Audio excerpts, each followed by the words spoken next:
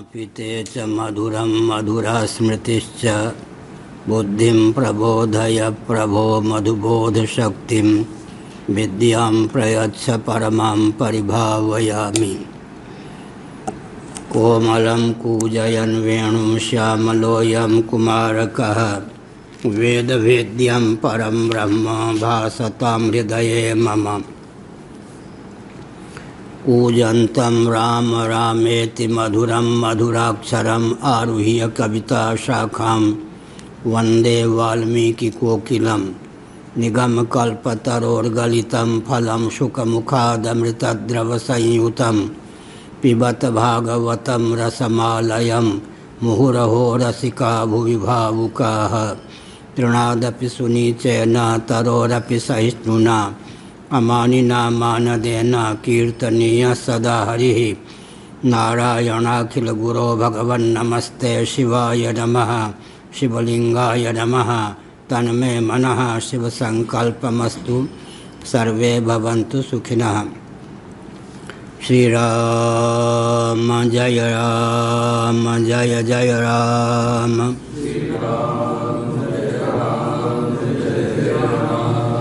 धर्म की अधर्म का प्राणियों में विश्व का गौ माता की गोहत्या भारत सर्वभूत हृदय धर्म सम्राट श्री स्वामी करपात्री जी महाराज की, श्री जगन्नाथ महाप्रभु की, श्री बलभद्र महाप्रभु की, भगवती सुभद्रा देवी की। हर हर महादेव। गोविंद जय जय गोपाल जय जय। गोविंद जय जय गोपाल राधा रमण हरि गोविंद जय जय।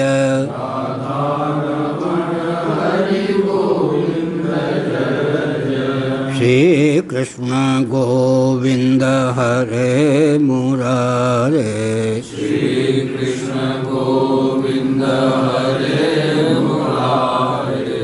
हे नाथ नारायण वासुदेव। हे नाथ नारायण वासुदेव। गोविंद जय जय गोपाल जय जय। गोविंद जय जय गोपाल जय जय। राधा रमण हरि गोविंद जय जय। राधा रमण हरि गोविंद जय जय। गोविंद जय जय गोपाल जय जय। गोविंद जय जय गोपाल जय जय। राधा रमण हरि गोविंद जय जय। राधा रमण हरि गोविंद जय जय। श्री वृंदावन विहारी लाल की जय।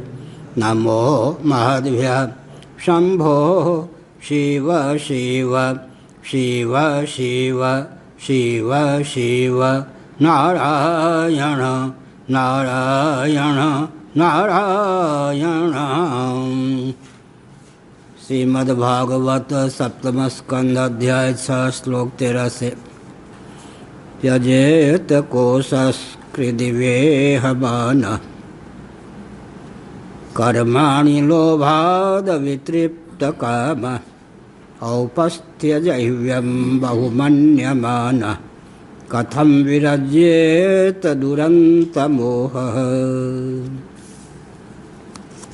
कुटुम्बपोषाय वियन्निजायुर्न बुध्यतेऽर्थं विहितं प्रमत्तः।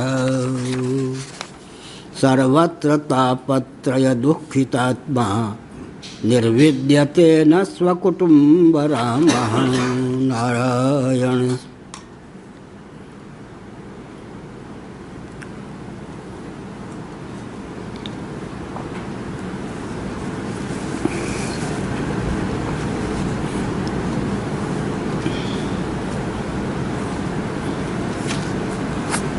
त्यजेत कोशस्कृदिवेह मानः कर्माणि लोभाद वितृप्त कामः।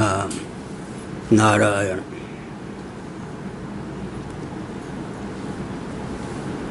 औपस्थ्य जह्वं बहुमन्यमानः कथं विरज्येत दुरंत मोह। भक्त प्रवर प्रहलाद जी 5-6 वर्ष के बाल गोपाल होते हुए भी ज्ञान के दृष्टि से अत्यंत वृद्ध मान्य हैं। उन्होंने अपने सहपाठियों को जो उपदेश दिया उसका इस अध्याय में चित्रण सर्वथा तदनुरूप ही प्राप्त है। जैसे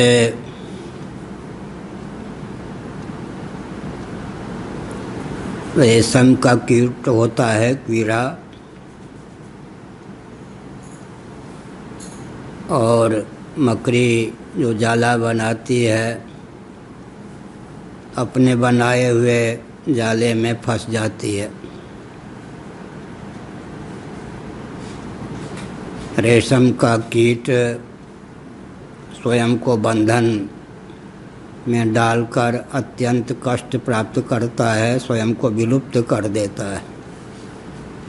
ऐसे ही प्राकृत मनुष्यों की गाथा है। मोह महोदधि में इतने निमग्न रहते हैं, मोह पंख में इतने फंसे रहते हैं कि अपना उद्धार कर पाने में असमर्थ होते हैं।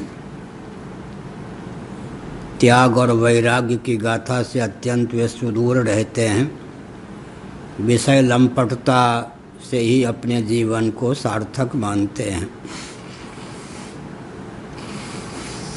तैत्तरीय उपनिषद आदि के अनुशीलन से सिद्ध है, रसो वैसा आत्मतत्व रसस्वरूप है, ज्ञानस्वरूप है, आनंदस्वरूप है, सुख रूप है। श्रीमद्भागवत का वचन है, सुखमस्यात्मनोरूपम।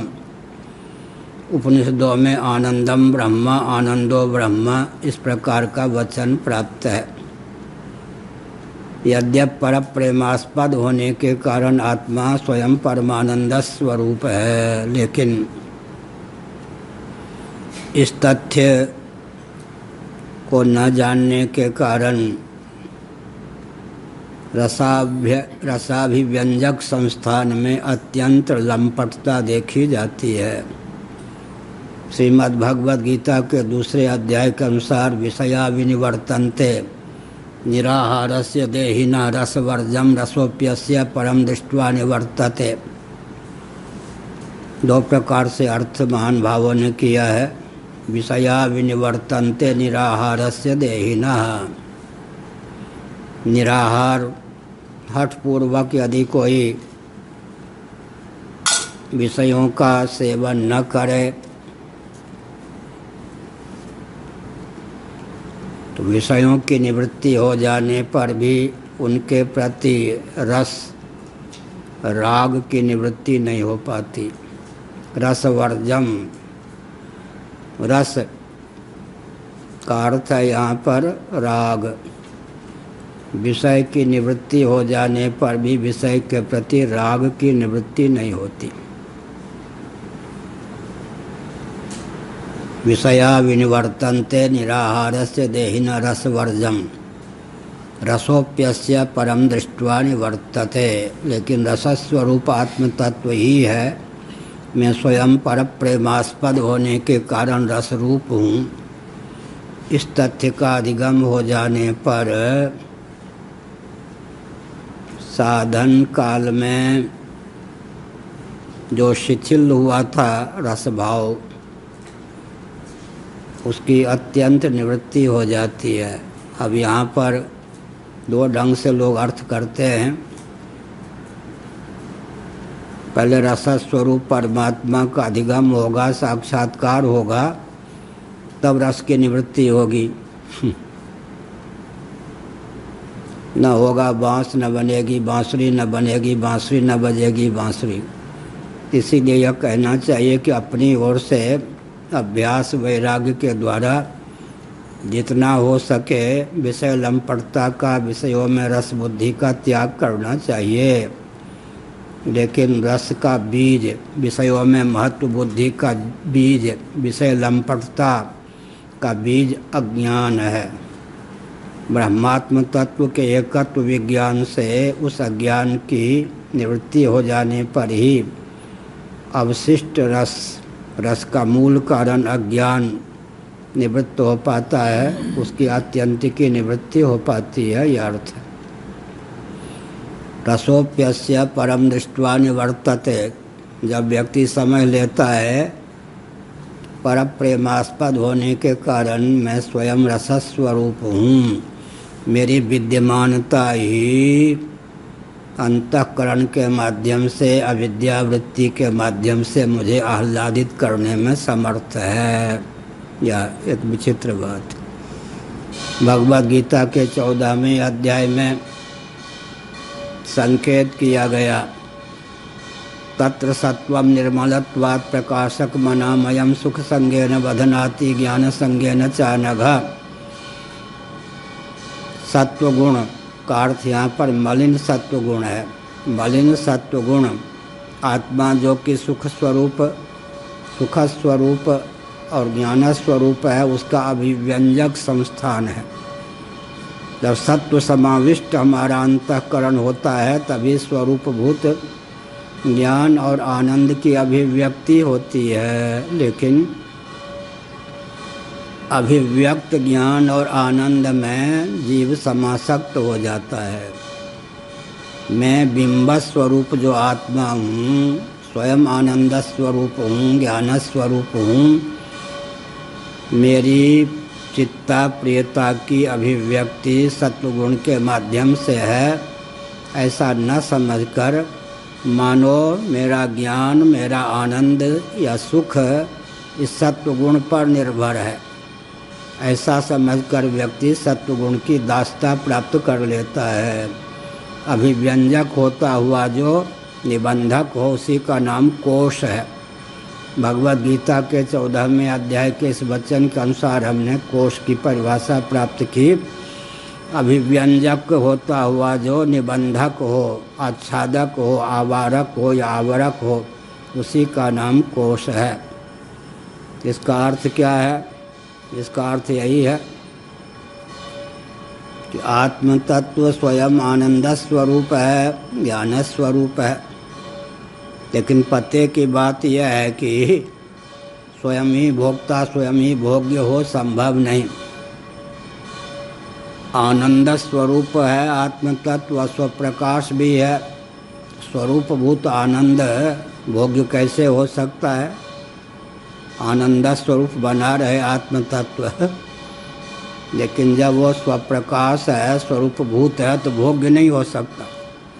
इसीलिए सांख्यों ने बहुत बुद्धि कौशल का परिचय दिया। पंचदशी के जो अंतिम 5 प्रकरण हैं, सांख्योक्त आत्म तत्व की मीमांसा उसमें बहुत उत्तम ढंग से की गई है।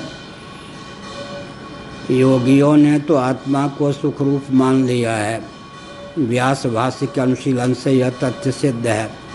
लेकिन सांख्यों का जो आत्म तत्व है, सच्चित होने पर भी आनंद स्वरूप उनकी मान्यता के अनुसार नहीं है। क्यों नहीं है? अगर आत्मा को हम स्वयं ही आनंद स्वरूप मान लेंगे तो आनंद भोग्य नहीं हो सकेगा। जब आनंद भोग्य नहीं होगा तब आनंद की पिपासा बनी रहेगी, रस लंपटता बनी रहेगी। इसलिए आत्मा को सच्चित तो मान लो, आनंद स्वरूप मत मानो।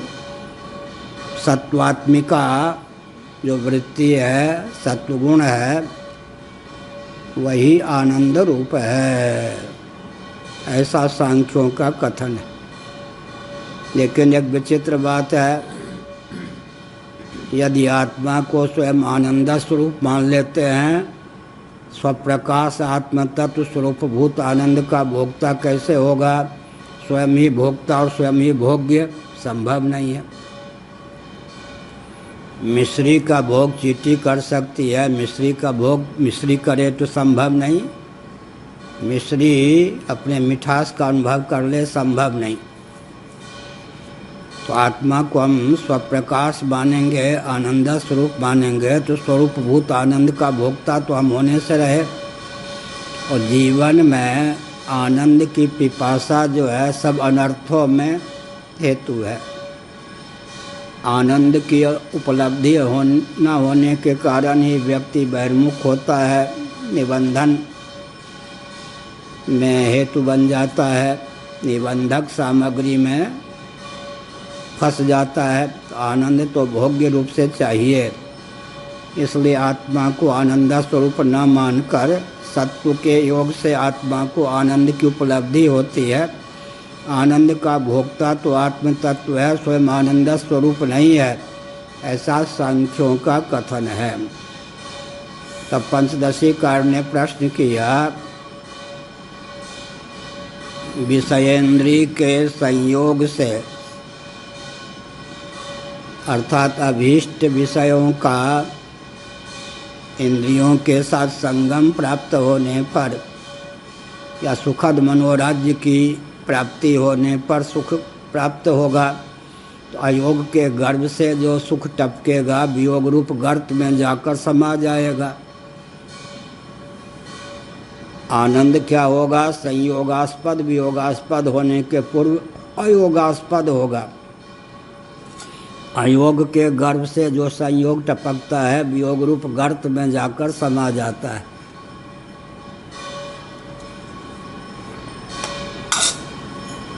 शरीर का पहले हमको अयोग था, आजकल संयोग है, एक न एक दिन वियोग होगा ही।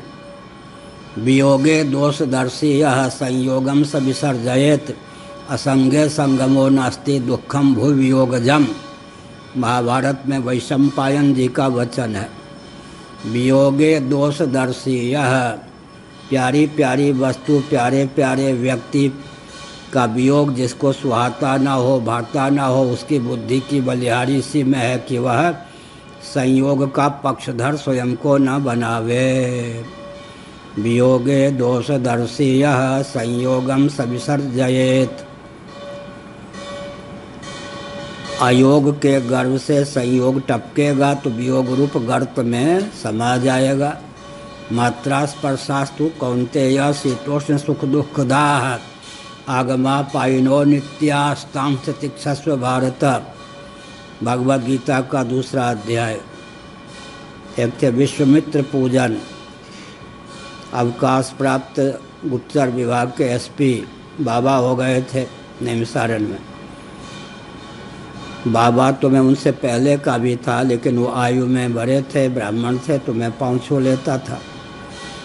उन्होंने एक दिन मुझसे पूछा, उनको गीता याद थी और अग्निहोत्र भी नित्य करते थे, हवन भी नित्य करते थे, अच्छे थे। एक दिन हमसे पूछ दिया, मात्रा स्पर्शास्तु कौन्तेय शीतोष्ण सुख दुखदाः आगमा पायिनो नित्याः तां तितिक्षस्व भारत। दुख की तितिक्षा तो ठीक है, सुख की तितिक्षा भगवान ने क्यों कही? दुख सहो, धैर्य धारण करो, पर सुख को भी सहो।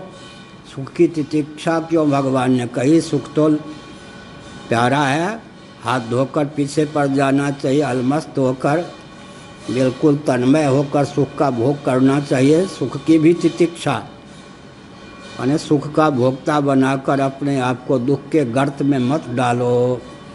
तो हमने कहा कि आगमा पायिनः, आगे क्या लिखा है? अनित्य है। सुख से भी तटस्थ होकर रहें, दुख से भी तटस्थ होकर रहें। अगर हम सुख के भोक्ता बन जाते हैं तो सुख का जब वियोग हो जाएगा तो दुख का भोक्ता भी हमको बनना ही पड़ेगा। इसलिए बहुत विचित्र बात है, दुख को जिस प्रकार व्यक्ति तटस्थ रहकर देखता है, दुख को अपने साथ चिपकाना पसंद नहीं करता, वैसे सुख का भी दृष्टा बन के रहे, साक्षी बन कर रहे। असंग साक्षी बन के रहेगा तब तो ठीक है, अगर अपने साथ चिपका लेगा तो सुख भी रुलाएगा, दुख के रूप में परिणत हो जाएगा। एक विचित्र गाथा है, दुख है, आ गया दुख, विषय इंद्रिय का संयोग होने पर, प्रतिकूल विषय का इंद्रियों के साथ संगम होने पर दुख की प्राप्ति हो गई। अब दुख को दृश्य बनाकर देखिए, दुख है इच्छा द्वेषा सुखम दुखम संघातस चेतना धृति ही एतत् क्षेत्रम। दुख भी क्षेत्र है, दृश्य है, तो दुख व्यापेगा नहीं। और दुख को अपने साथ चिपका लिया, हम दुखी, तो दुख मार डालेगा, पागल बना देगा।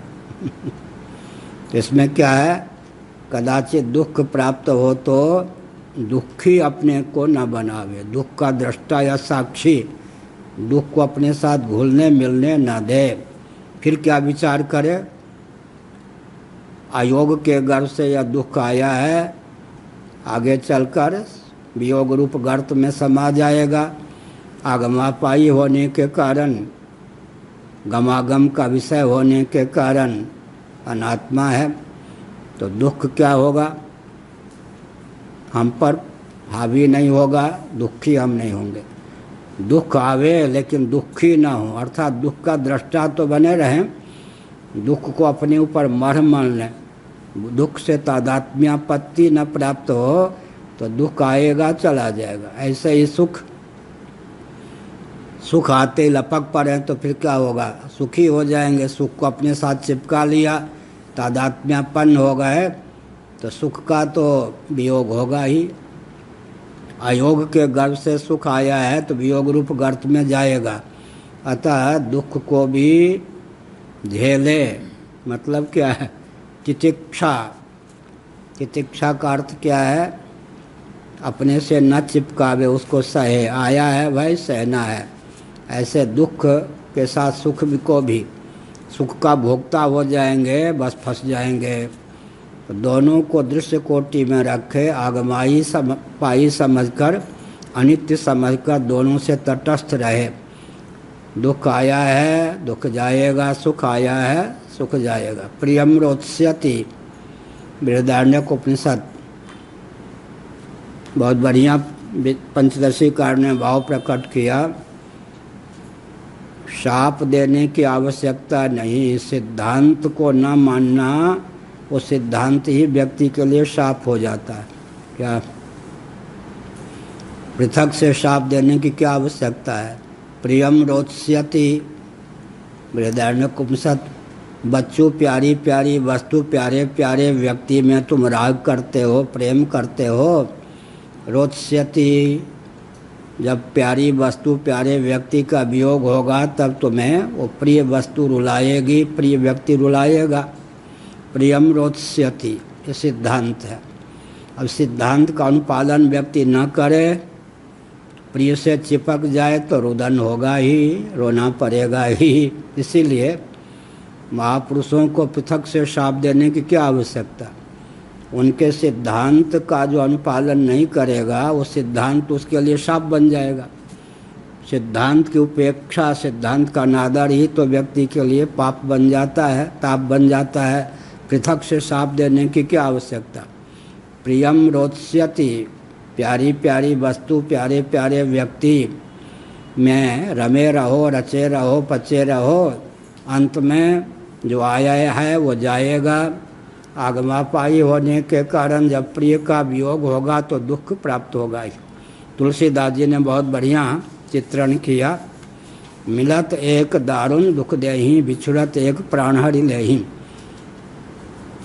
कौन सुख कौन दुख, किसको सुख कहें किसको दुख कहें, आगे पीछे का ही अंतर है। कोई शत्रु है, दुष्ट व्यक्ति है, मान लीजिए, दुख की बात बाद में करें। मिलत एक दारुण दुख देही। दुष्ट से पाला पड़ गया तो मन ही मन सोचते कब पिंड छूटेगा। जब दुख और दुष्ट व्यक्ति से वियोग हो गया, वो चल पड़ा, गाली वाली देख के सही प्रसन्न हो जाएंगे। संयोग दुखद है, वियोग सुखद है।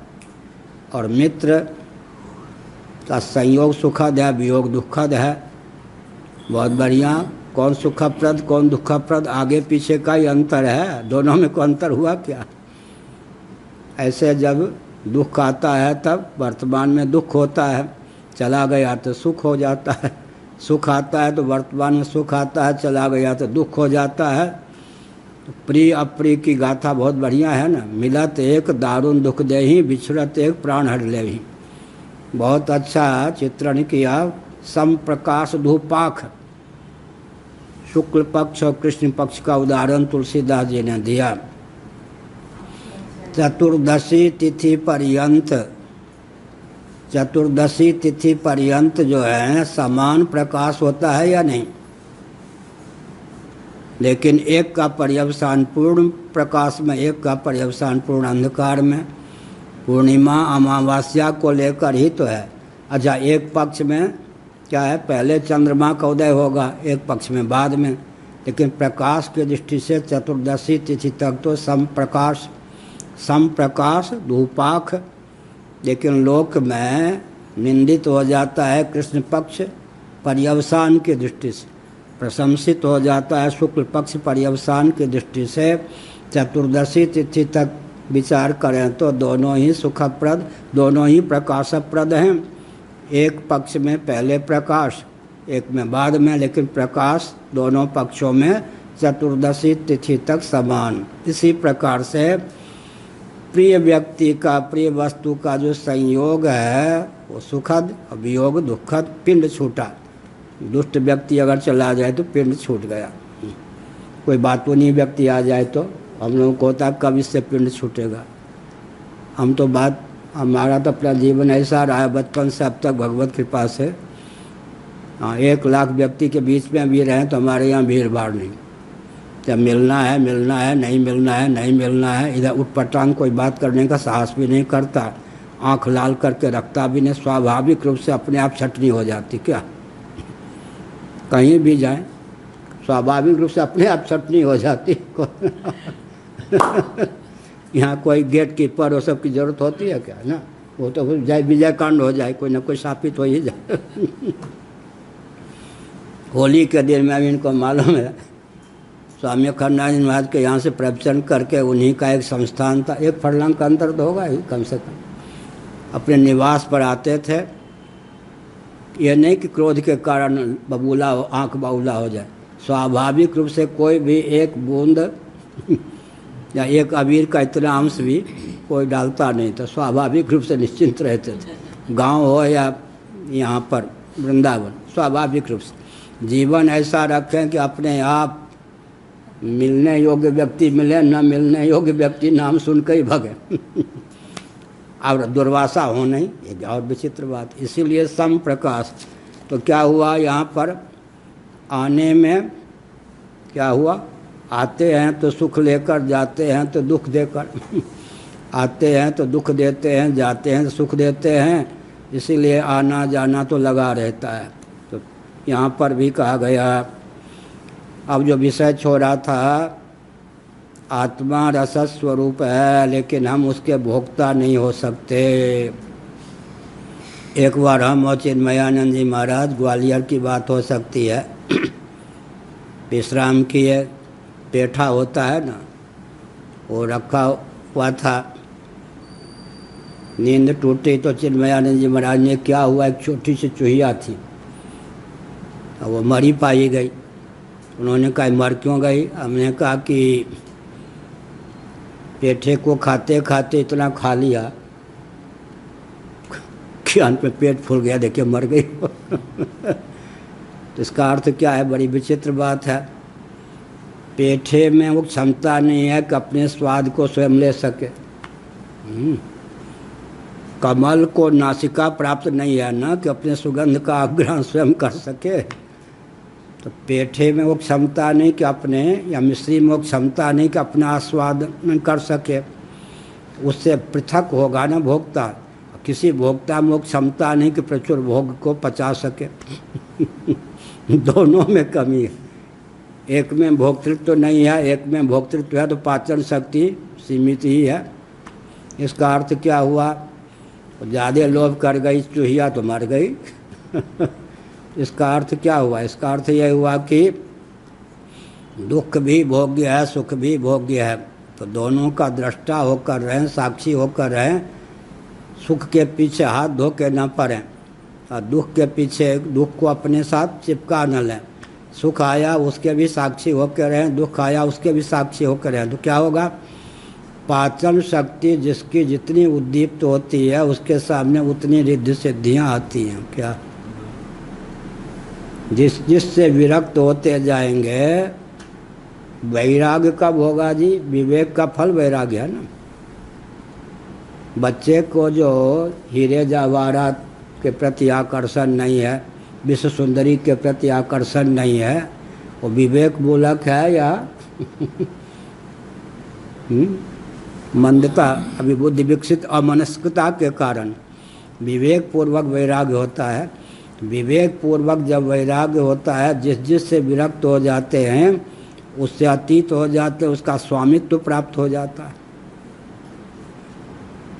कर्मकांड का रहस्य क्या है? कोई वरुण होना चाहता है मर्त्यलोक में, उपासना करके कर्म का आलम्बन लेकर, तो वरुण लोक से नीचे के जितने पद हैं उससे विरक्त होना पड़ेगा या नहीं?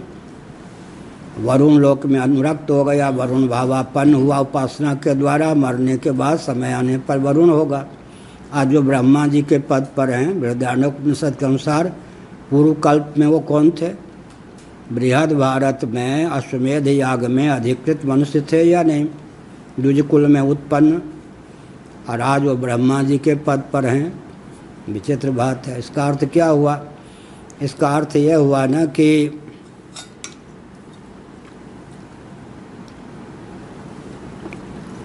ब्रह्मलोक से नीचे का वैभव उनके चित्त को मर्त्यलोक में आकृष्ट नहीं कर सका। तब उन्होंने ब्रह्म पद की प्राप्ति की भावना से ब्रह्मा की उपासना की, उसके प्रभाव से आज ब्रह्मा जी के पद पर प्रतिष्ठित हैं। क्या अर्थ हुआ? तो अंत में ब्रह्मा जी के पद से भी कोई सचमुच में विवेक पूर्वक विरक्त है। वैराग की तो यही परिभाषा है। पंक्तियाँ ही सुशोभित हैं, कहने में तो अच्छा लगेगा ब्रह्मलोक पर्यंत। और यहाँ एक रसगुल्ला का डब्बा मिल जाए तो सारा ब्रह्मलोक तो उसी पर सब कुछ हो जाता है। नैमिषारण्य में चप्पल उत्पाद पहनना मना, तो लोग खड़ाऊँ पहन के आते थे प्रवचन में, खड़ाऊँ ही लोग पहनते थे। तो मैंने देखा कि उसमें फिर किसके खड़ाऊँ अपने साइज के हैं, अनुकूल हैं और बढ़िया हैं, पुराने नहीं हैं, उसकी चोरी हो जाती थी। चप्पल की चोरी ही नहीं, खड़ाऊँ की भी चोरी हो जाती थी। विरक्त होने पर भी किस वस्तु में राग हो जाए थोड़े कैसे, वह खड़ाऊँ की चोरी होती थी, कहीं चप्पल की जूते की चोरी होती है। इसका मतलब क्या हुआ? इसीलिए कहा जिससे वैराग्य होगा, मतलब विवेक पूर्वक वैराग्य होगा ना, उसका स्वामित्व प्राप्त होगा या उसकी दासता प्राप्त होगी। तो ये बाबा लोग घटिया हैं क्या? घाटे में रहते हैं क्या? सबसे जो विरक्त होगा सब पर का नियामक होगा या नहीं? सब पर उसका शासन होगा या नहीं? सब उसके अधीन होंगे या नहीं? सबसे पारंगत होगा या नहीं? कहाँ से बोल रहा हूँ? छांदोग्य उपनिषद के 8वें अध्याय के शंकर भाष्य के अनुसार बाबाओं को लोग समझते हैं गए गुजरे होंगे। सचमुच में बाबा होगा जिस भोग्य पदार्थ से विरक्त होगा उस भोग्य पदार्थ का नियामक होगा या नहीं?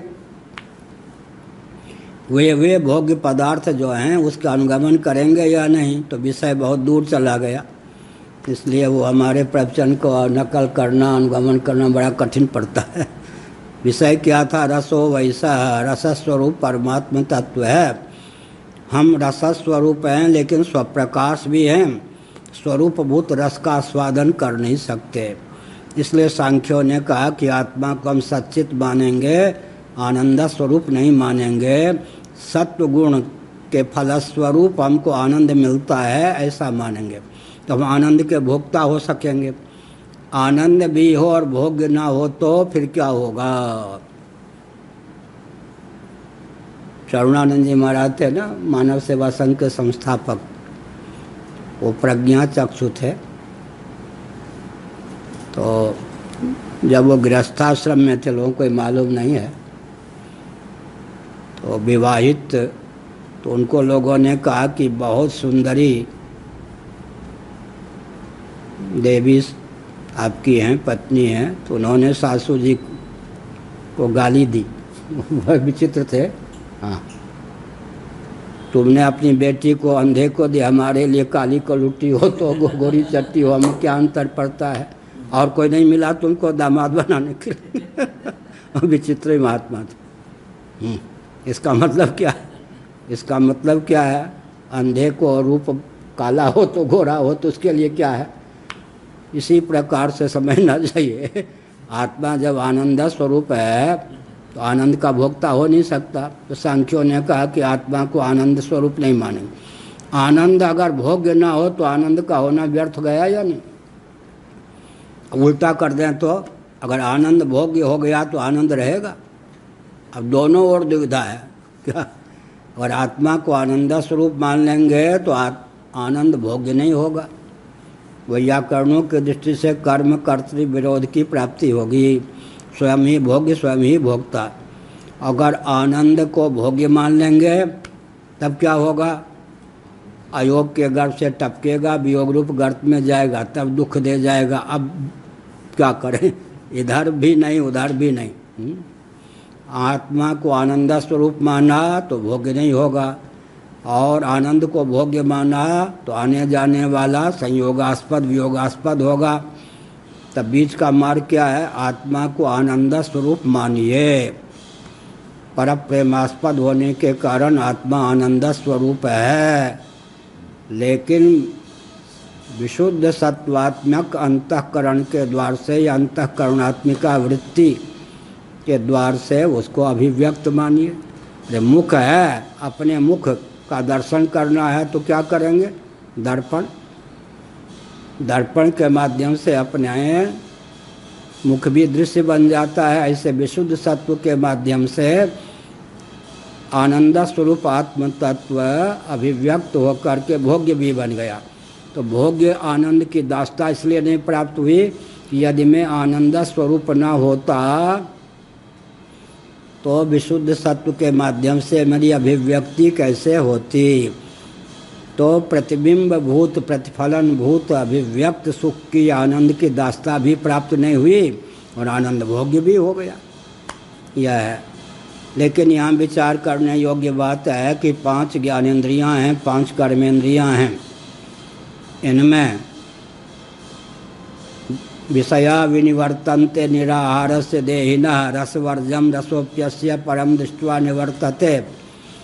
भगवान शंकराचार्य जी ने तो व्यापक ढंग से अर्थ किया। रसवर्जम माने जिन जिन विषयों का त्याग कर दिया उन विषयों में रस माने राग बना रहता है। श्री रामानुजाचार्य आदि महान भावों ने थोड़े व्यावहारिक धरातल पर शिथिलता का परिचय देते हुए प्रकारांतर से अर्थ किया। अन्य विषयों की निवृत्ति हो जाने पर भी रस को ग्रहण करने वाली और त्याग करने वाली जो इंद्रियां हैं उनकी लंपटता बनी रहती है। क्योंकि रस और रसनेन्द्रिय के माध्यम से रस का ग्रहण होता है, जननेन्द्रिय के माध्यम से त्याग होता है। तो दोनों के विषय रस हो गए। ये 2 इंद्रियों की दास्ता सबसे विकट है। अन्य इंद्रियों पर संयम हो जाने पर भी चटोरी जिह्वा मार डालती है। दही बारा तो ठीक है, कुछ पकौड़ी भी हो जाए और बढ़िया रहे, चक है जाए चौबे जी। हाँ, फिर ऐसा भी हो जाए, फिर रबड़ी भी हो जाए, कचौड़ी भी हो जाए। चटोरी जो जिह्वा है ये परेशान करती है, रसवर्जम। और फिर रस के विसर्जन के लिए जो इंद्रिय विशेष है उसमें लंपटता बनी रहती है। क्योंकि रसो वैसा रसस्वरूप आत्म तत्व है, लेकिन 5 ज्ञानेंद्रियों में, 5 कर्मेंद्रियों में एक एक इंद्रिय के विषय साक्षात रस ही हो जाता है। इसलिए इन 2 इंद्रियों पर नियंत्रण बहुत कठिन है। बाकी इंद्रियों पर सुगमता पूर्वक क्या है नियंत्रण संभव है, एक अर्थ ये भी है। तो यहाँ पर यही कहा गया, त्यजेत कोशस्कृदिवेहमान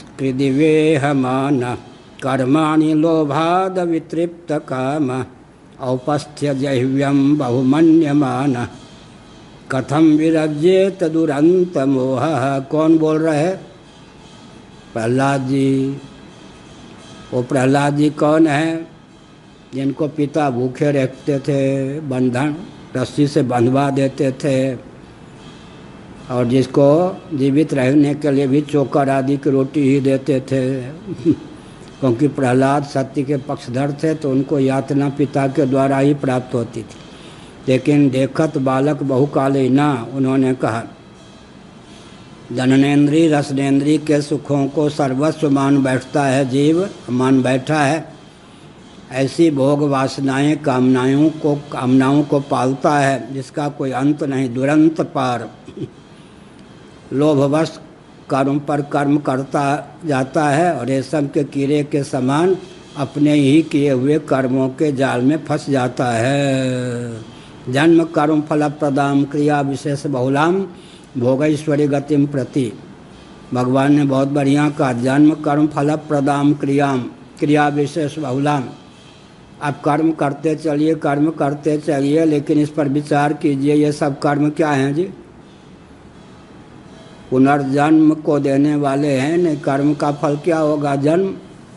तो अंत में फंदे में, जितने कर्म करेंगे फंदे में फंसते जाएंगे, और कर्म नहीं करेंगे तो अकर्म का कर्ता बनकर फिर भी बंधन प्राप्त होगा।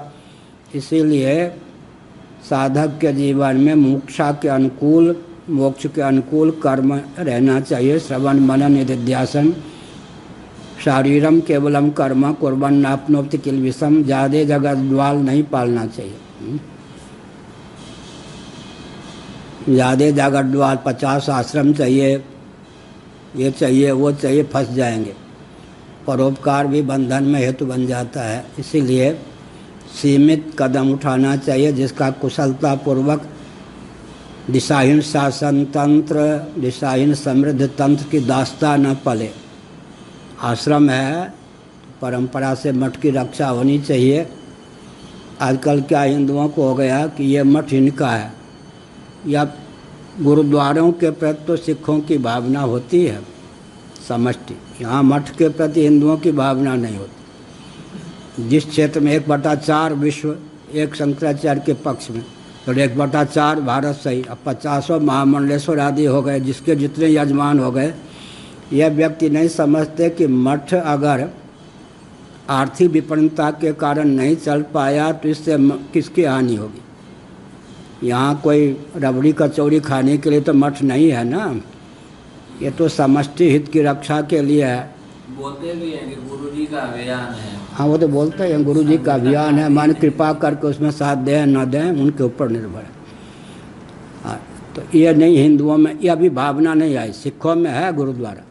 अच्छा, एक विचित्र बात है, झोपड़ी में रहते हैं सिख। मैं सिखों के बीच में ही पढ़ा हूँ, कहाँ पर, दिल्ली में। झोपड़ी के बीच में रहते हैं, कहीं पहुँच जाएं तो पहले गुरुद्वारा बनाएंगे तब अपना भवन बनाएंगे, इतने तो हैं। पहले गुरुद्वारा बनाएंगे फिर अपना भवन बनाएंगे। और हिंदुओं की स्थिति है कि कोई मंदिर वंदिर हो तो उसकी संपत्ति हड़पेंगे। 2 पुजारी भारत में मारे गए, 2 पुजारी, एक के बाद फिर एक मार दिए गए, क्योंकि ये मंदिर की संपत्ति लोग हड़प रहे थे। बेचारे गए कि भाई ऐसा मत करो, दोनों को मार दिया। तो हिंदुओं की यह दशा है कि जिससे तुम्हारे आंसू पूछने वाले हैं मठ मंदिर, उनकी संपत्ति को भी खाने में हिंदू कोई अपराध नहीं मानता। ये तो फालतू हैं, ये नहीं समझता इन्हीं के कारण हमारी रक्षा है। तो अपने परिवार, अपना जो परिवार है वो परिवार नंबर 2 पर है, मठ नंबर 1 पर है, मंदिर नंबर 1 पर है, अपना परिवार नंबर 2 पर है। यह भावना नहीं रह गई। इसका मतलब तो मठ का जो, हाँ, मठ के मंत्र इत्यादि भी अगर भोगी हो गए तो गए। मठ का अर्थ क्या है? एक विचित्र बात है। सेना थी या नहीं? मठों के पास नागा सैनिक होते थे नहीं, जुझारू। तो इसका मतलब साधक कहाँ, अतिथि कहाँ रहेंगे, गायें कहाँ पलेंगी। तो मठ जो है प्रशस्त मान बिंदुओं की रक्षा के लिए है, इसलिए अपना परिवार नंबर 2 पर, अब मठ पहले 1 पर। ये नहीं कि अपना घर लूट करके दे आइए, कोई भी संत महात्मा ये थोड़े चाहेंगे, लेकिन मठ के साथ अपनत्व ही नहीं, इसके प्रति हमारा कुछ कर्तव्य है, ये भावना ही नहीं, तो इसमें हानि क्या होगी। एक मैं संकेत करता हूँ, किसी से मांगना भिक्षा मांगना हमारा काम है, भिक्षा मांगना तो मठ में बनता है, पा लेता हूँ। बद्रीनाथ से लेकर कन्याकुमारी, पांडिचेरी, रामेश्वरम, श्रृंगेरी तक भिक्षा मांग के पा चुका हूँ 3/4, 1 रुपया नहीं, 1 या 2 कट वस्त्र फटे पुराने से अधिक कोई संग्रह नहीं। इसलिए भिक्षा मांगने पर क्या क्या दुख प्राप्त होता है, कैसे लोग दंड देते हैं, गाली देते हैं, अपमान करते हैं, ये सब देख चुका हूँ। लेकिन एक विचित्र बात है। विचित्र बात क्या है? विचित्र बात है कि मान बिंदु की रक्षा में समष्टि हित के जो संस्थान हैं उसमें हिंदुओं का अपनत्व नहीं है, इसलिए सब जगह पिटते हैं, लुटते हैं। तो हमने संकेत किया, दुरंत मोह जाल में फंसे रहते हैं, समष्टि हित की रक्षा के लिए कोई हाथ पांव चलाते ही नहीं। यह शंकराचार्य का स्वप्न, ये भी लोग कहने लगे, शंकराचार्य का स्वप्न पूरा हो, ये मेरी भावना है। हाँ, तो एक हम बोल रहे थे गीता वन इंदौर में, समय हो गया, एक अवकाश प्राप्त जज महोदय व्यक्तित्व को लिए हुए कार्यालय से छिप के सुन रहे थे हमारा प्रवचन। कार्यालय में सामने आके बैठते, जज थे ना, अरे हिंदुओं का व्यक्तित्व कहाँ मार देता है। भूतपूर्व कलेक्टर भी अपने को भगवान से कम थोड़े समझता।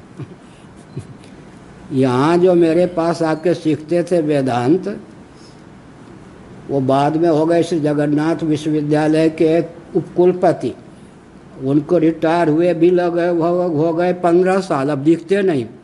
रिटायर कुलपति कैसे आएंगे मेरे पास में, हीन हमसे छोटा सिद्ध हो जाएंगे ना, बड़ी दिक्कत। वर्तमान तो क्यों आएंगे, जिनके बाद 3-4 कुलपति रिटायर हो गए उपकुलपति, वो भी नहीं दिखाई पड़ते कि शंकराचार्य के पास जाएंगे तो हम उससे हीन हो जाएंगे ना। हिंदुओं का यह व्यामोह कहाँ ले जाएगा, बड़ी विचित्र बात है। तो हमने क्या संकेत किया? हमने यह संकेत किया कि ये मोह जाल का फंदा बड़ा विचित्र है, इससे उपराम होना बहुत कठिन। इसीलिए यहाँ पर कहा कि बनता जाता है, हमता ममता की बेड़ी में से जकड़ता जाता है, समष्टि हित की भावना होती ही नहीं। समष्टि हित की भावना, ममता और हमता को जितना फैलाएंगे उतना ही जीवत्व क्या होगा, शिथिल होता जाएगा। अंत में ममतास्पद हमतास्पद भगवान को बना लेंगे तो ममता से ममता कटती है, हमता से हमता कटती है। तो ये कहा कि सुखरूप आत्म तत्व ही है, लेकिन रस लंपटता जीवन में बनी रहती है, उससे विरक्ति का मार्ग प्रशस्त करना चाहिए।